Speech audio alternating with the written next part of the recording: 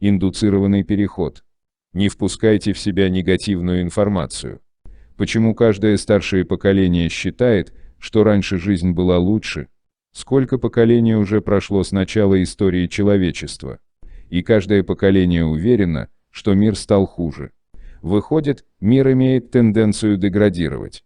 Но если бы это было так, тогда для человечества хватило бы всего несколько десятков поколений, а потом все должно просто провалиться в ад. Что же происходит? Смещение поколений. Во все времена все люди думали, вот раньше было время. С возрастом жизнь кажется человеку все хуже и хуже. Он вспоминает свои юные годы, когда все краски были сочными, впечатления яркими, мечты выполнимыми, музыка лучше, климат благоприятнее, люди приветливее, даже колбаса вкуснее, не говоря уж о здоровье. Жизнь была наполнена надеждой, доставляла радость и удовольствие. Теперь, по прошествии стольких лет, человек уже не получает таких же радостных переживаний от тех же самых событий. Например, пикник, вечеринка, концерт, кино, праздник, свидание, отдых на море все вроде имеет такое же качество, если рассудить объективно. Праздник веселый, кино интересное, море теплое. Но все-таки не то. Краски поблекли, переживания притупились, интерес угас. Почему же в юности все было так здорово? Неужели восприятие человека с возрастом теряет остроту? Но ведь с возрастом человек не утрачивает способность плакать и смеяться, воспринимать цвета и вкусы, отличать правду от фальши, различать плохое и хорошее. Или мир действительно катится в яму? На самом деле окружающий мир сам по себе не деградирует и не становится хуже. Он становится хуже для каждого индивидуально. Параллельно с негативной линией жизни существуют линии, которые он в свое время оставил и где по-прежнему все хорошо.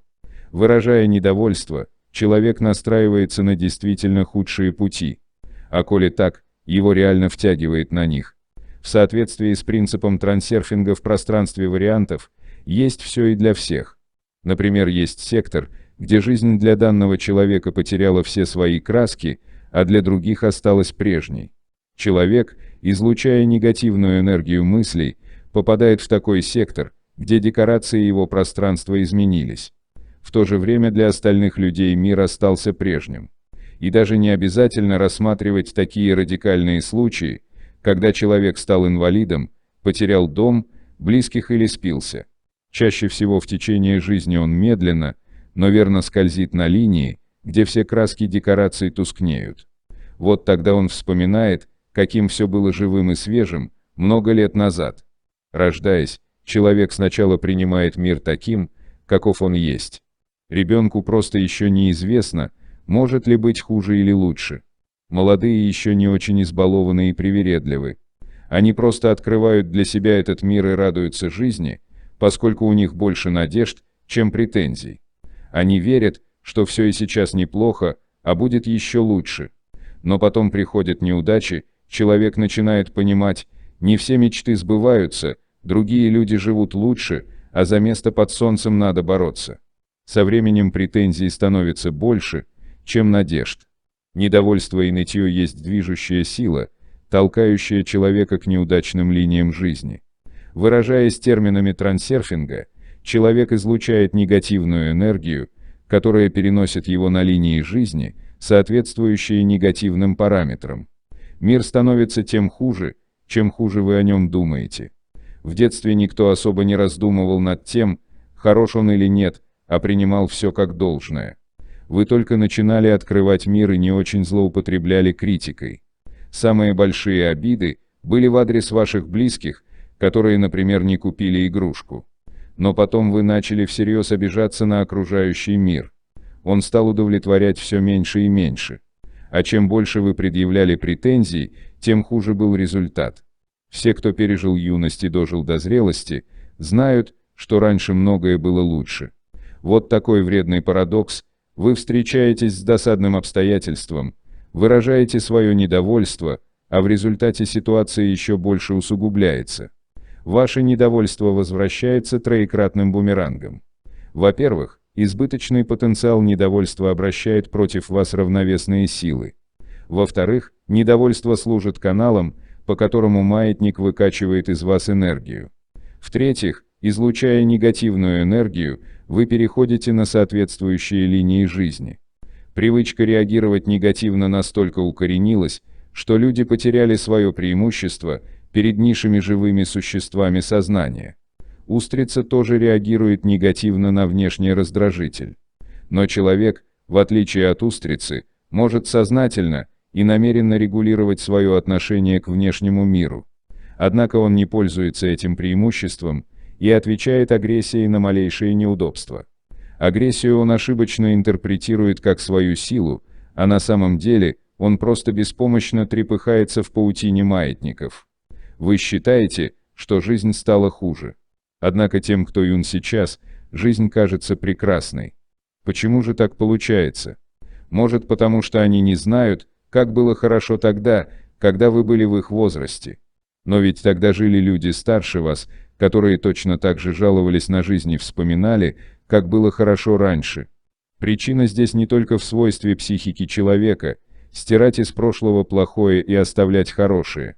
Ведь недовольство направлено на существующее сейчас, потому как оно якобы хуже того, что было раньше.